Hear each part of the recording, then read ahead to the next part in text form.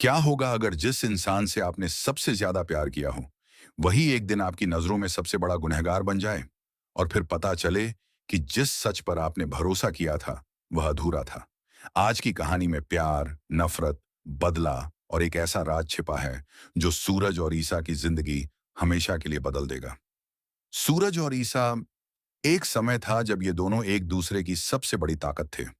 हर मुश्किल में साथ खड़े रहने वाले इस जोड़े को देखकर लगता था कि कोई भी तूफान इनके रिश्ते को नहीं तोड़ सकता। लेकिन किस्मत ने ऐसा खेल खेला कि वही प्यार अब नफरत में बदल चुका था। एक तरफ सूरज था जो अपने छोटे भाई आरव की मौत के बाद अंदर से पूरी तरह टूट चुका था। दूसरी तरफ ईसा थी जिसके दिल में अब सूरज के लिए सिर्फ सवाल, गुस्सा और शिकायतें बची थीं। कहानी का सबसे भावुक मोड़ तब आया जब कई सालों बाद ईसा की मुलाकात ताई माँ से हुई। जैसे ही ताई माँ की नजर ईसा पर पड़ी, उनकी आंखों से आंसू रुकने का नाम ही नहीं ले रहे थे। उन्होंने ईसा को गले लगाया और बरसों से अपने दिल में छिपा दर्द बाहर आने लगा। ईसा बार बार पूछती रही कि आखिर ऐसा क्या हुआ जिसने पूरे परिवार को बदल कर रख दिया। कुछ देर बाद ताई माँ ने कांपती हुई आवाज में वह सच बताया जिसने ईसा की दुनिया हिला दी। उन्होंने कहा, आरव अब इस दुनिया में नहीं रहा, उसका बेरहमी से कत्ल कर दिया गया। यह सुनते ही ईसा की आंखें नम हो गईं। आरव सिर्फ सूरज का भाई नहीं था, बल्कि पूरे परिवार की मुस्कान था। लेकिन असली झटका अभी बाकी था। ताई माँ ने बताया कि आरव की मौत के बाद सूरज पूरी तरह बदल गया। उसने कानून और अदालत से उम्मीद छोड़ दी और खुद इंसाफ करने निकल पड़ा। धीरे धीरे वह उसी अंधेरी दुनिया में लौट गया जिससे निकलने के लिए उसने कभी अपनी पूरी जिंदगी दांव पर लगा दी थी। अब लोग उसे उसके नाम से नहीं, बल्कि दादा भाई के नाम से जानते थे। यह सुनकर ईसा का दिल टूट गया। उसे यकीन ही नहीं हुआ कि सच और इंसाफ की बातें करने वाला सूरज आज लोगों के दिलों में डर का नाम बन चुका है। उस रात ईसा की आंखों में नींद नहीं थी। उसे बार बार वही सवाल परेशान कर रहा था, क्या सच में सूरज इतना बदल सकता है? उसे वह सूरज याद आ रहा था जो हर गलत काम के खिलाफ खड़ा होता था, जो दूसरों को सही राह दिखाता था। लेकिन आज वही इंसान अपराध की दुनिया का हिस्सा बन चुका था।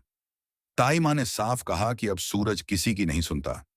उसके चारों तरफ सिर्फ हथियार, दुश्मनी और बदले की आग है।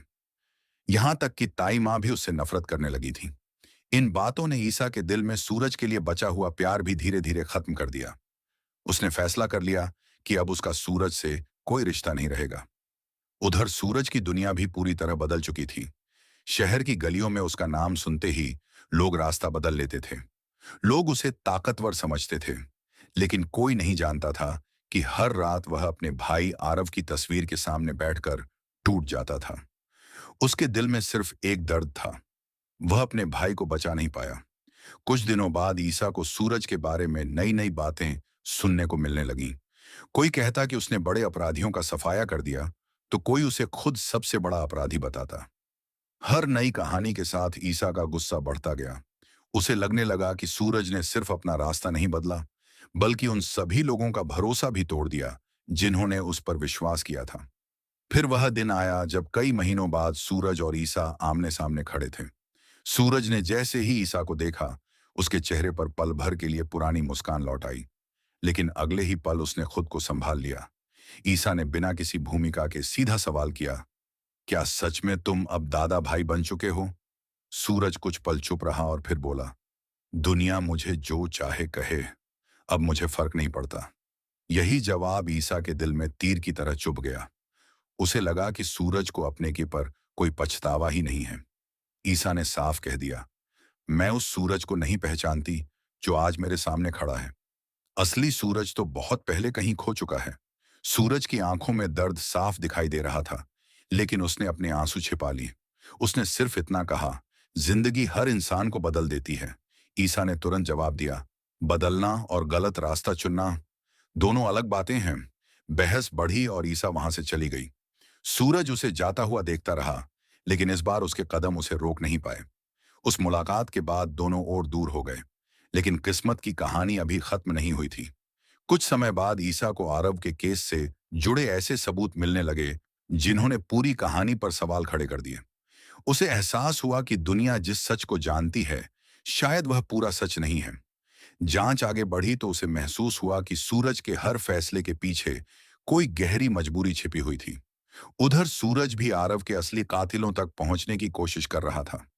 उसे यकीन था कि असली गुनहगार अभी भी खुलेआम घूम रहे हैं, लेकिन उसे यह नहीं पता था कि कुछ लोग हर हाल में चाहते थे कि सूरज और ईसा कभी एक ना हों, क्योंकि उन्हें डर था कि अगर ये दोनों फिर साथ आ गए तो उनके सारे राज दुनिया के सामने आ जाएंगे।